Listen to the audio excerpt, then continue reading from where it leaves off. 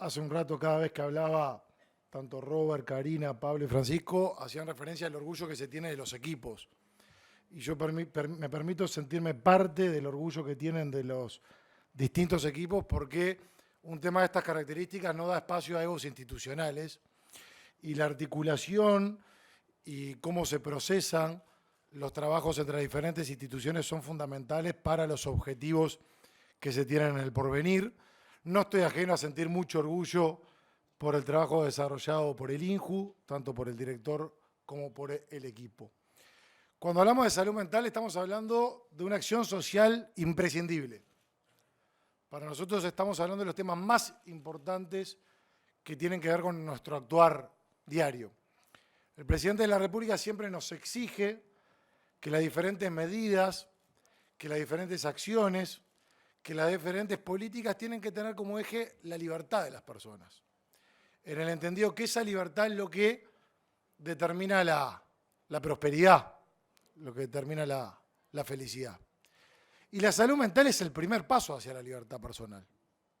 Nosotros podemos dar apoyos socioeconómicos, podemos reforzar las prestaciones, pero si la persona no se siente bien, se interrumpe el proceso de desarrollo y de prosperidad. Por eso nosotros lo socioemocional lo ponemos en la primera línea de acción. Y cada vez que se proyectan políticas, se proyectan acciones y se proyectan medidas de las que estamos hablando, tiene que tener esa base y esa estructura del bienestar personal. Porque aparte es un bienestar personal que en los casos de adversidad, entre comillas, el enemigo es un enemigo oculto. No es en la salud tradicional, y se hacía referencia en la jornada de hoy, o en lo que más comúnmente identificamos en los sistemas de salud, de una herida, que hay un sangrado, que hay un moretón, que hay un problema que es visible, se identifica y se brinda un tratamiento visible a un inconveniente visible. La salud mental es muy traicionera, o los problemas de salud mental son muy traicioneros. Y cuando Felipe presentó en el año 2021, está la subsecretaria del MIDES y está todo el gabinete del MIDES, también en una muestra de la importancia que tiene este tema para nosotros, nos presentó el diagnóstico y el tratamiento. Nosotros celebramos el contenido, pero también celebramos algo que decía Felipe hoy. En la administración pública hay un flagelo que hay que saltear, que es el cortoplacismo.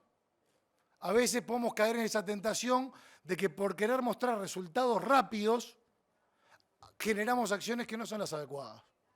Y acá hicimos mucho trabajo de vestuarios a raíz de la propuesta de que no queremos ser cortoplacistas, porque no estamos hablando de caja de zapatos. Estamos hablando de las emociones de las personas, de generar y fomentar un mayor diálogo entre personas, de trabajar mucho más articulado en instituciones, que las políticas sean destinatarias o tengan como destinatarios a personas que están requiriendo todo este trabajo mancomunado. Y Felipe, que estableció un diagnóstico claro basado en la evidencia. Cuando acá se habla de ni silencio ni tabú, no es una expresión que entendemos que suena descriptiva de diferentes circunstancias que todos podemos tomar contacto en mayor o menor medida. Hay evidencia. Y Robert decía muy bien, a los problemas no hay que ignorarlos, no hay que desconocerlos, hay que enfrentar los problemas. Y yo le voy a hablar de algunas cifras que a mí me generaron mucho impacto, que fueron las que se expresó por parte del INJU, que aparte se han venido profundizando en cuanto a la magnitud del problema. La encuesta nacional de adolescencia y juventud del año 2018 determinó que el 14,4% de 136.000 jóvenes encuestados se sentían tan deprimidos y tan tristes que interrumpieron sus actividades cotidianas.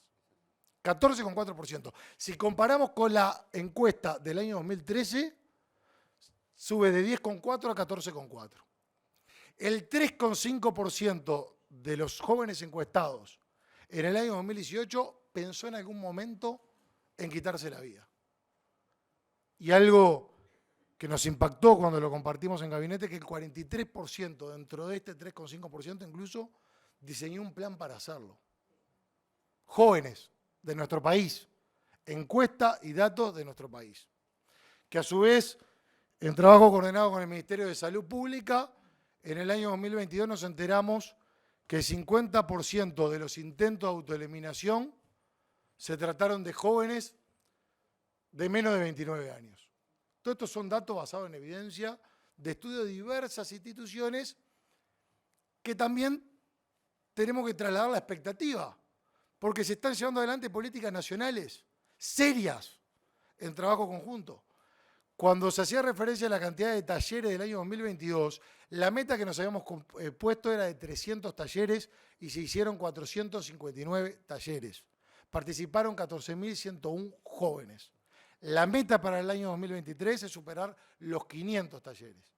Y a instancia del pedido del presidente de la República de incrementar la cifra en rendición de cuentas para salud mental y adicciones, el año que viene no solamente vamos a reforzar las capacitaciones en adultos, los talleres para que compartan los jóvenes y demás, sino que vamos a generar 7 centros modelo de promoción e inclusión social que tengan como eje el trabajo en salud mental. Por eso, a pesar del diagnóstico que no queremos desconocer y que lo vamos a enfrentar en conjunto, tenemos la expectativa que se están haciendo políticas nacionales en forma articulada. ¿Y saben qué es lo que más nos despierta expectativa? Emiliano, Paulina, Lucía, Milagros, que recién con los testimonios nos muestran que las generaciones que vienen son mucho mejores que las que hoy nos tocan diseñar diferentes acciones y políticas. Y algo que no quiero perder de vista y ya para ir terminando. Yo les decía que las acciones sociales de las más imprescindibles tienen que ver con la salud mental. Ahora, ninguno de los que estamos acá tenemos el patrimonio de las acciones sociales. Las acciones sociales son relaciones interpersonales.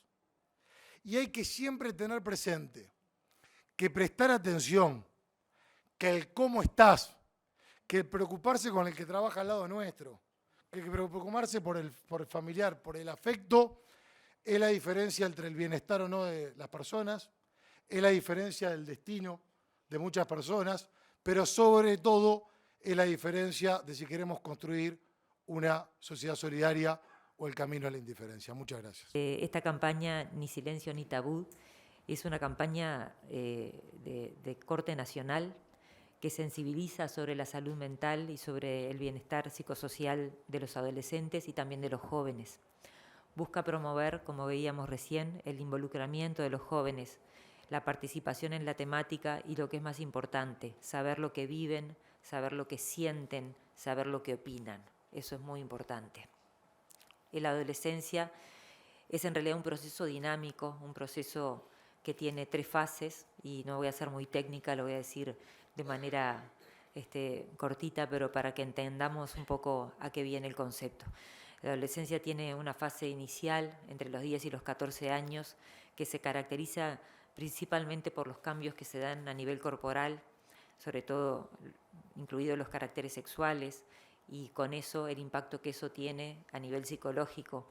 Y es una etapa de la adolescencia temprana en la cual las implicancias de la familia o de los entornos familiares son muy importantes en la relación y en el desarrollo posterior del resto de las etapas de la adolescencia.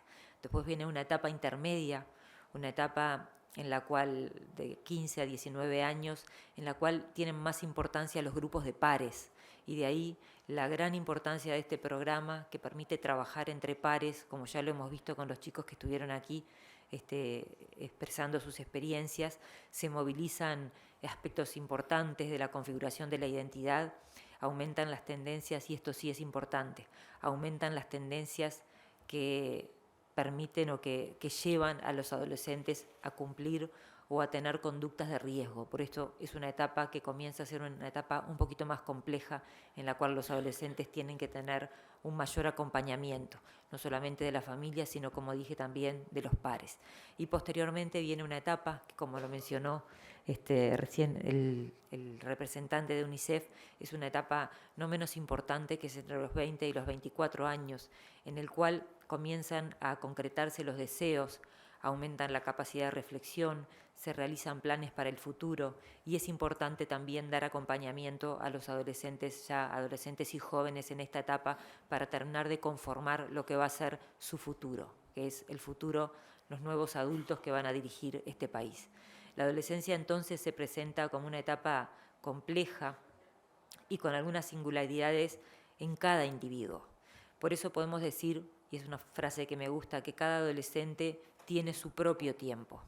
De ahí la importancia que tiene trabajar con el grupo, con este grupo etario, y registrar y saber qué es lo que piensan cada uno de ellos para poder descifrar qué política va a ser la mejor para cada uno de los adolescentes y para cada uno de los grupos de adolescentes. La mayor parte de los adolescentes transita esta etapa de una manera que, si bien tiene dificultades, son dificultades que se suelen sortear con el correr del tiempo y que no presentan grandes dificultades. Podríamos decir que la adolescencia es un periodo cargado de potencialidades que en general son potencialidades muy positivas. Sin embargo, los adolescentes también tienen una etapa de conflictos internos, como lo expresaban muy gráficamente recién los muchachos, diciendo que tenían en la cabeza como una bomba, que si no salía y si no se podía de alguna manera expresar, les explotaba. Eso es porque los adolescentes tienen conflictos internos y también conflictos con su entorno, conflictos que hay que tratar. Sabemos que los adolescentes tienen un porcentaje de fallecimientos muy bajo en relación al resto de la población, pero no por eso tenemos que quitarle importancia, porque el 80% del fallecimiento de los adolescentes se da por causas que son prevenibles, causas violentas y prevenibles, la mayoría de ellos suicidios y accidentes, y por lo tanto podemos influir en esas causas de fallecimiento. Eso es una cosa súper importante que tenemos que tener en cuenta. Los estudios internacionales estiman que entre el 20% de los adolescentes entre 14 y 24 años tienen algún tipo de trastorno o de afección en su salud mental, un 20%. En una edad que uno se la imagina como una edad de alegría, de fiesta, bueno, tenemos un 20% que tiene problemas que ya se manifestaron antes de los 14 años, y la mayor parte de esos chicos lo que tienen son trastornos relacionados con la depresión. Por lo tanto, hay que tenerlos en cuenta, hay que escucharlos. Y hay algunos datos que, si bien no los voy a aburrir, son solamente 3, quisiera presentarlos porque me parece que son importantes. El 50% de los adolescentes, según una encuesta a nivel mundial que se realizó y que tenemos datos de nuestro país, en el 2019, el 50% de los adolescentes dice que se han sentido más de una vez tristes y solos. 1 de cada 4, es decir, un 25%, no ha podido realizar sus tareas habituales a causa de esa tristeza, es decir, esa tristeza es significativa. Y un quinto, 1 de cada 5, ha pensado seriamente en quitarse la vida. Fíjense lo que estamos hablando, ¿no? No son solo cifras, un quinto, 1 de cada 5 adolescentes, imagínense un cumpleaños de 15 lleno de adolescentes, miren y piensen, un quinto ha pensado seriamente en quitarse la vida. De ahí, eso es porque, si bien en la edad de la niñez es muy difícil este tipo de pensamientos, estos pensamientos se disparan en la edad de la adolescencia. Y no existe una respuesta única, una estrategia única para simplificar y prevenir el suicidio y prevenir la depresión. La prevención del suicidio como estrategia de salud pública implica la sistematización de estrategias que permitan, por un lado, la detección temprana del riesgo suicida. En escenarios cotidianos, como son los escenarios educativos, la familia, los servicios de atención primaria de salud.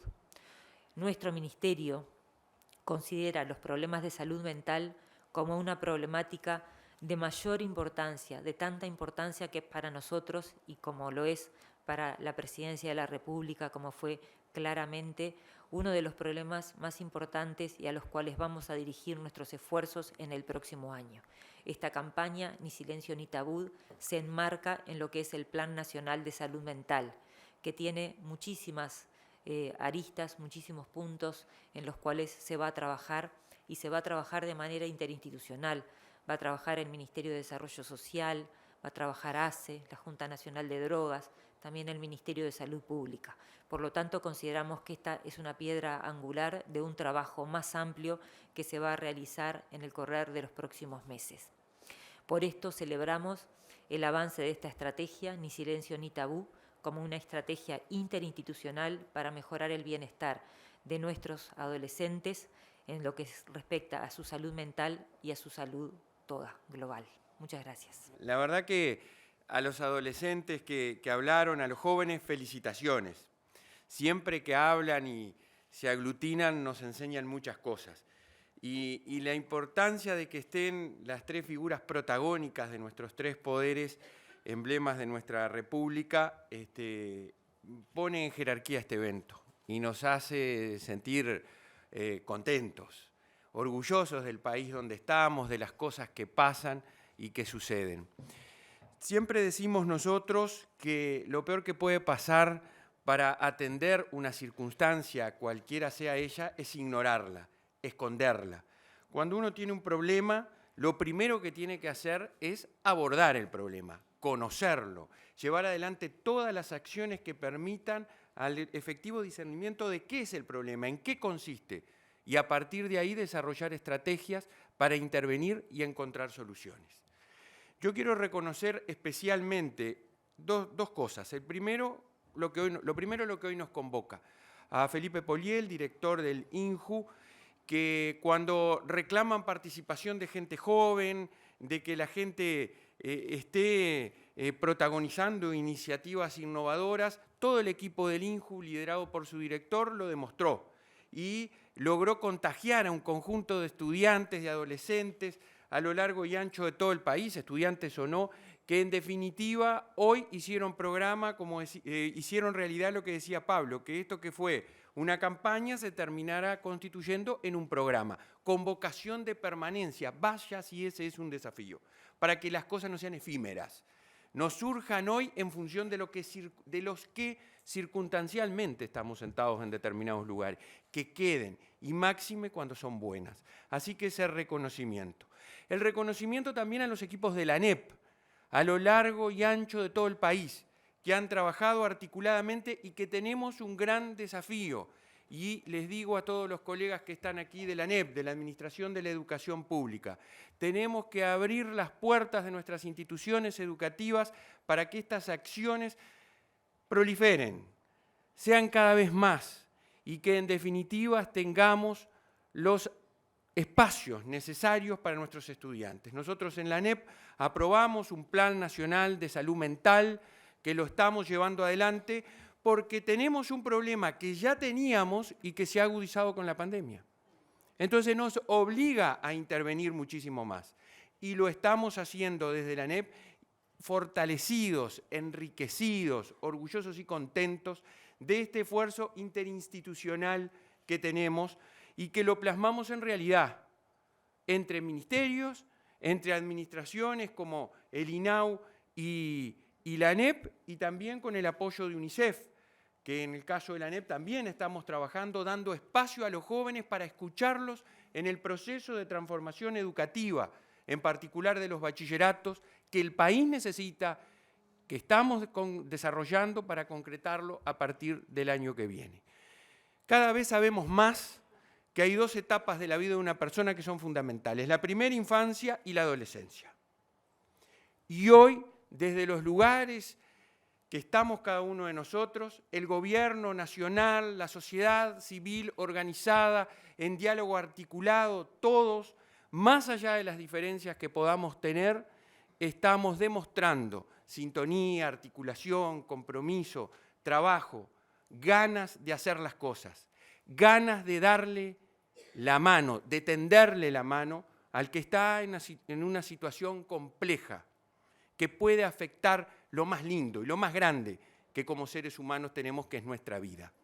Por eso, gracias a esta iniciativa, gracias a todos los que la han hecho posible y sobre todo un gracias enorme a los que la harán mucho más posible, a los que la van a extender, a los que la van a consolidar a lo largo y ancho de todo el país. Hoy, la ANEP, en mi persona, ratifica su compromiso con este programa, dice que es necesario, estamos de puertas abiertas, agradecemos lo que se ha hecho y sobre todo apostamos a él y a otras estrategias para consolidar estas intervenciones tan necesarias. Muchas gracias. Después de todo lo que hemos compartido y escuchado, después de la exposición magnífica del director del INJU, desarrollando los contenidos y los ejes temáticos de este programa que hoy se está instaurando, y después, sobre todo, de escuchar los testimonios de los jóvenes, que realmente han sido disfrutables, enriquecedores, y que si alguna dosis adicional de compromiso los que estamos en el ejercicio del gobierno necesitábamos, seguramente después de haberlos escuchado, esa dosis la hemos obtenido.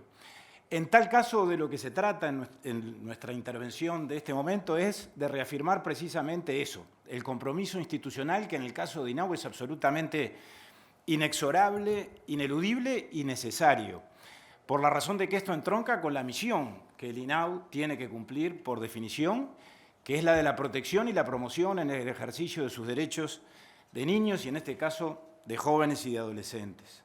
Sobre todo la promoción. La protección siempre que corresponda, el amparo siempre que corresponda, pero la promoción en todos los casos. Es decir, la necesidad de darles oportunidades a aquellos adolescentes que las están necesitando por las más diversas circunstancias vinculadas a la vulneración de sus derechos o al riesgo de que esos derechos puedan llegar a vulnerarse. Y de hecho nosotros nos debatimos diariamente con estos temas, con los temas de la salud mental, con los temas del consumo problemático, de los jóvenes que ingresan al sistema de protección, de los adolescentes que quedan institucionalizados. Hay una porción muy importante de ellos, diría la mayoría de ellos ingresan por razones vinculadas a la violencia en sus más diversas formas, pero entre ellos cientos de los miles de adolescentes que están bajo nuestro cuidado cotidiano se vinculan directa o indirectamente con el tema de la salud mental y con el tema de las adicciones. Y los que no están institucionalizados pero asisten a los centros juveniles, sin duda allí también reciben lo que los otros reciben cotidianamente, que es la respuesta social y educativa en una perspectiva de promoción de derechos precisamente y de contribuir a que esos adolescentes y esos jóvenes que están en plena etapa de desarrollo individual puedan de la mejor manera construir su autonomía progresiva. Por eso es que este proyecto, esta propuesta, este programa, esta campaña que devino programa, que creo que es el valor principal de lo que estamos celebrando hoy, a nosotros nos tiene como parte integrante, pero nos tiene como parte integrante a partir de una definición que sin ninguna duda es absolutamente estratégica. En el marco de la interinstitucionalidad, como se decía aquí, que es un vocablo que creo que a veces abusamos un poco de él, y creo que es bueno decir esto hoy o sincerar este aspecto de la discusión en el día de hoy, porque hoy estamos dando un ejemplo auténtico de interinstitucionalidad real y efectiva, que está mucho más allá de las meras definiciones burocráticas o de los recursos dialécticos. Interinstitucionalidad es lo que venimos haciendo desde el gobierno en cuanto a, por ejemplo, la centralidad que el Poder Ejecutivo ha planteado con relación a este tema en la rendición de cuentas, pero sin ninguna duda antes de ella, en términos de definir este tema como un tema central. Reforzando las asignaciones presupuestales, por supuesto, porque sin recursos nada de esto es posible, pero desencadenando a partir de allí lo que desde el INAU vivenciamos como una necesidad cotidiana, que es la imperiosa coordinación y complementación en el esfuerzo entre todas las partes, entre todos los organismos, entre el Estado y la sociedad civil a la hora de dar las respuestas, a la hora de las derivaciones, a la hora de aplicar los protocolos y de definir y ejecutar los procedimientos. Interinstitucionalidad, sin duda, es ni silencio ni tabú. Es lo que yo dije antes, que hoy tengamos un programa que no es efímero como una campaña que por importante que sea, se cumple y después se termina. No, este programa llegó para quedarse, llegó para que lo enriquezcamos permanentemente de aquí por delante, para que mejoremos en torno a él la respuesta continuamente, para que midamos sus efectos y sus impactos, como toda propuesta o proyecto serio y profesional requiere, y eso, por lo tanto, es lo que hoy nos tiene particularmente entusiasmados. Y dos reconocimientos en el cierre. El primero es al INJU, por lo que aquí se decía, por haber asumido el liderazgo como lo asumió y sobre todo como lo ejerció, con amplitud, convocando, invitando, persuadiendo, agrandando la propuesta, embarcándonos a todos en ella y por lo tanto el mérito para la institución y muy particularmente para su director, el reconocimiento para el querido Felipe Polié. Y el otro reconocimiento, si me permiten, es para los compañeros del INAU, para los compañeros del área programática, del programa de intervenciones especializadas, del área de participación, del área de promoción y egreso, del programa de adolescencia y muy especialmente para los adolescentes del CAC, del Consejo Asesor Consultivo, que fueron justamente aludidos en el inicio de este acto y que creo que nos han dado una demostración también de madurez, de compromiso, de seriedad, porque han tomado este tema con enorme vocación desde el inicio. Ahora están haciendo una encuesta que va a desarrollarse a lo largo y ancho del país y que va a implicar una muestra muy representativa con relación a este asunto de jóvenes y adolescentes de los 19 departamentos, y eso va a ser un aporte muy importante, sin ninguna duda, al trabajo de Ni Silencio ni Tabú. Por todo eso, gracias, porque termino con esto.